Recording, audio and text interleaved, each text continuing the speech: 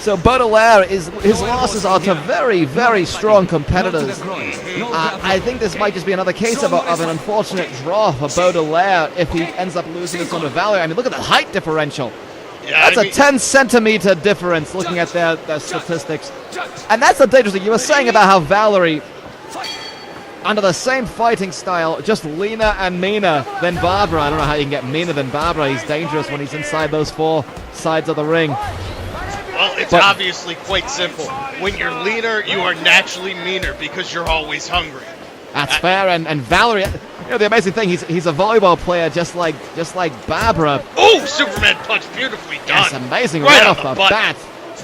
Right off the bat, and again, a leaner fighter means a quicker fighter.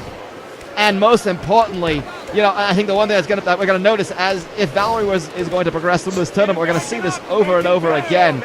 Look how tall he is, Cal. He is very, very tall for a 73-kilogram fighter. He is and that reach advantage, you know, I think he may be eye-to-eye with Marcel Viaume.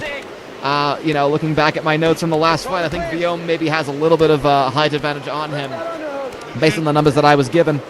But Valerie is going to tower over so many other 73-kilogram fighters. Yeah, he's got a good 3-4 inches on nearly anyone in the KUMITE currently at 73. That's what he's got over Baudelaire. I think 10 centimeters is about 3.5, 4 inches, yeah? Yeah, he's got an average like 3-4 on pretty much most of his competitors. What that translates to is a better range, but that means that he has to keep that distance. Closing the gap might not be the smartest move for him right now. And again, the toughest thing, you know, yes, the fighter with the longer reach has the advantage.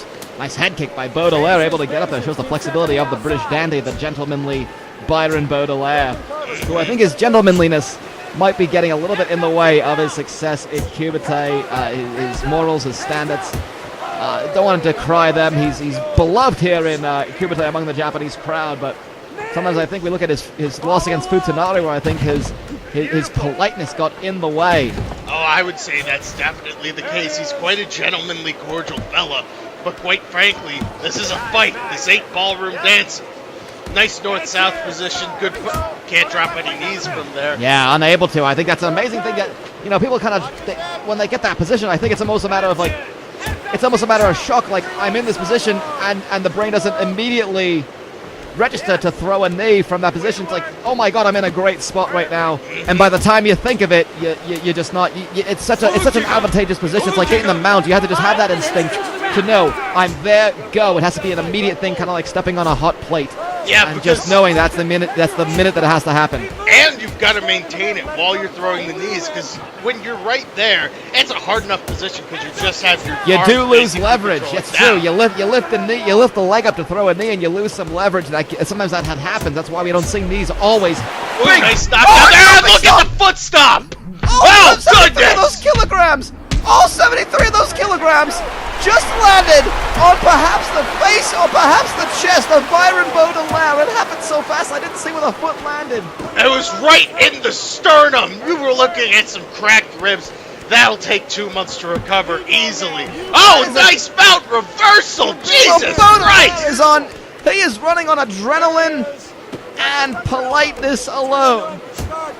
My word, he had it for a second, but I think he wanted to just slide over to the other side control. You can see those ribs must be hurting. Oh yeah. I mean, it's going to affect every sort of movement. Baudelaire in the mount. Oh, he's in trouble right now. Valerie, I almost said Barbara. But the thing is, we're seeing the style of Barbara very clearly here in Valerie, aren't we, Cal? Yes, we're seeing the influence of Barbara in Valerie, and quite frankly, the entire fighting team of the Hogan family down in Brazil. We're seeing right here in Valerie. The what family? The Hogan family. I mean, that's the fight club down in Brazil that they both train with. Oh, yes, of course. Sorry, the Hogan family. Mm-hmm. Forgot about that one, of course. And, oh, nice. And lets him up. I think Valerie decides that maybe standing up might be the better thing. And you can see Baudelaire. You can see he's nursing that injury. He's just backing up a lot. There's redness on the midsection. I think the thing is the stomp might have landed. Oh, Jesus Christ! Oh God, he's out. He's not moving. Oh, he's not moving. He's gonna be dead. Oh, maybe he's dead. Oh God, I think he's dead. Oh, Valerie! Well, Honde Alotros tending to Baudelaire, but Valerie has introduced himself to the KUMITE 73-kilogram division in the loudest way possible. And bump, set, spike to the ground. That's ruthless, and that is how you make a debut. It certainly is. Violent, and look at that hook again, right there, glancing the temple, but all that collected damage, it was enough to take him down. It's Bump, the rattle. set. It's the rattle, you can see. Oh, yeah. You can see how Baudelaire's head just rattled as it made contact. It may not have been the strike itself, but the residual sort of rattling of the brain that put him out. Either way, Valerie, I don't think there's anyone currently in this tournament that wants to see Valerie in that draw across from them in the next round. I'll say that right now.